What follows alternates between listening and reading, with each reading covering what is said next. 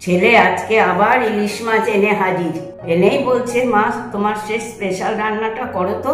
ভাবছি কি স্পেশাল ইলিশ, চলো তো তোমাদের দেখিয়ে দিই। আজ তোমাদের বানিয়ে দেখাবো কুমড়ো ইলিশ। নির্ঝঞ্ঝাট এই রেসিপি তোমরা সবাই করতে পারবে। যারা আমার এই রেসিপি দেখে নতুন নতুন রান্না শিখছো তাদের কিন্তু কোনো অসুবিধা হবে না। দেখবে বাড়ির সবাই খেয়ে কিন্তু খুব প্রশংসা করবে। বন্ধুরা, তোমরা সবাই ভালো আছো তো? আজকে তোমাদের শিখিয়ে দেবো স্পেশাল স্বাদের কুমড়ো ইলিশ। খেতে যা স্বাদ হয়। নিয়ে নিয়েছি দুটো বড় সাইজের ইলিশ। এটাকে আমি একটু নুন আর একটু হলুদ মাখিয়ে নেব। দিয়ে নিচ্ছি একটু হলুদ আর দিয়ে নিচ্ছি একটু নুন।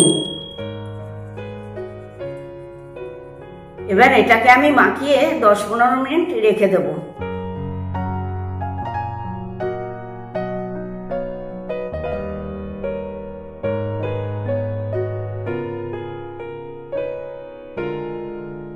দশ মিনিট হয়ে গিয়েছে, তাহলে যাওয়া যাক আমার হেসেলে।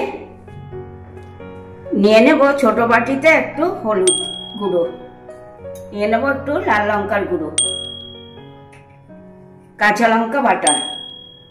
এবার এটাকে আমি একটু জল দিয়ে মিশিয়ে রেখে দেব।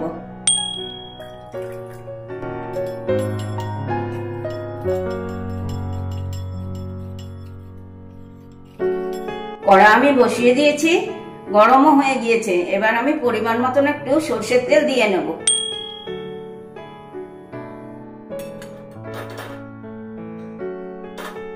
তেল গরম হতেই দিয়ে নিচ্ছি ইলিশ মাছ দুটো।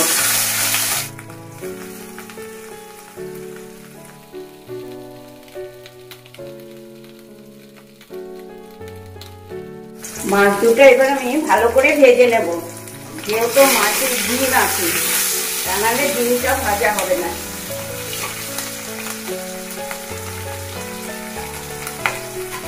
তোমরাও কিন্তু এইরকম বড় সাইজের মাছ হলে 2 পিস ভালো করে ভেজে নেবে, তা না হলে ভেঙে যাওয়ার সম্ভাবনা থাকে, যেহেতু মাছের পেটে ডিম আছে।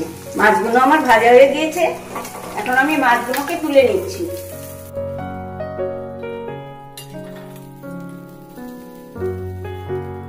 মাছ ভাজার ফাঁকে আমি কুমড়োগুলোকে ছোট ছোট করে কেটে নিয়েছি। কুমড়ো বেশি লাগে না, খুবই কম লাগে। এবারে কুমড়োগুলো ভেজে নেব। তারই মধ্যে দিয়ে নেব একটু কালো জিরে আর দেব একটু নুন।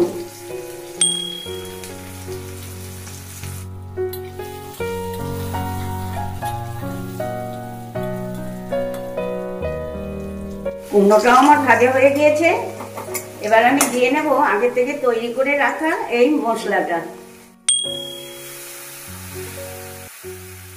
এবার এটাকে আমি একটু ভালো করে কষিয়ে নেব।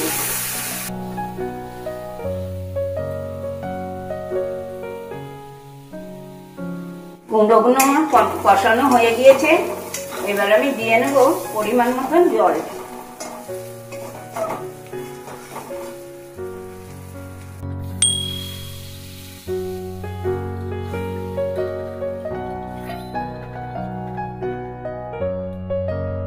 ঝোলটা যখন এইভাবে ফুটে আসবে তখনই তোমরা ভেজে রাখা মাছগুলো দিয়ে নেবে।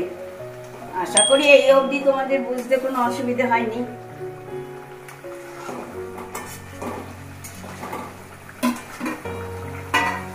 যখনই এইরকম বড় হয়ে ফুটবে তখনই বুঝবে যে হয়ে এসেছে, তখন একটা লঙ্কা চিড়ে দিয়ে দেবে।